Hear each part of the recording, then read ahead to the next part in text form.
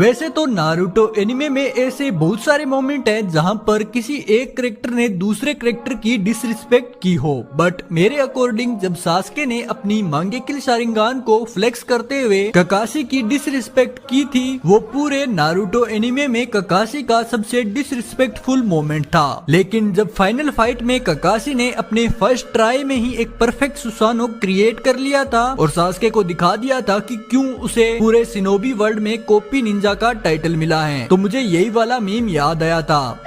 मुझे अपने घर जाना है। क्योंकि पूरे उचिया क्लैन की हिस्ट्री में एक भी ऐसा उचिया नहीं था जिसने की अपनी फर्स्ट ट्राई में ही एक परफेक्ट सुसानो क्रिएट कर लिया हो। लेकिन अगर तुम ककाशी के फैन हो तो फॉलो कर लो।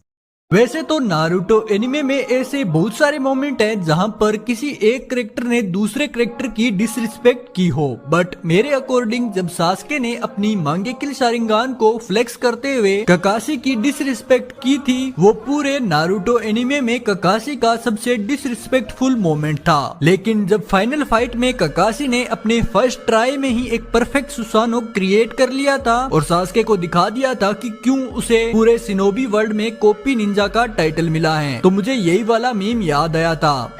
मुझे अपने घर जाना है। क्योंकि पूरे उचिया क्लैन की हिस्ट्री में एक भी ऐसा उचिया नहीं था जिसने की अपनी फर्स्ट ट्राई में ही एक परफेक्ट सुसानो क्रिएट कर लिया हो। लेकिन अगर तुम ककाशी के फैन हो तो फॉलो कर लो।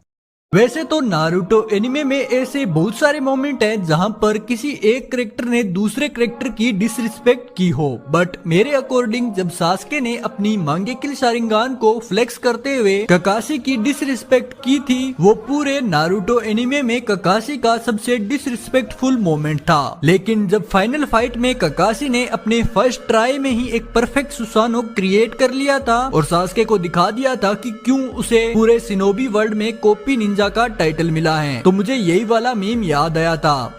मुझे अपने घर जाना है। क्योंकि पूरे उचिया क्लैन की हिस्ट्री में एक भी ऐसा उचिया नहीं था जिसने की अपनी फर्स्ट ट्राई में ही एक परफेक्ट सुसानो क्रिएट कर लिया हो। लेकिन अगर तुम ककाशी के फैन हो तो फॉलो कर लो।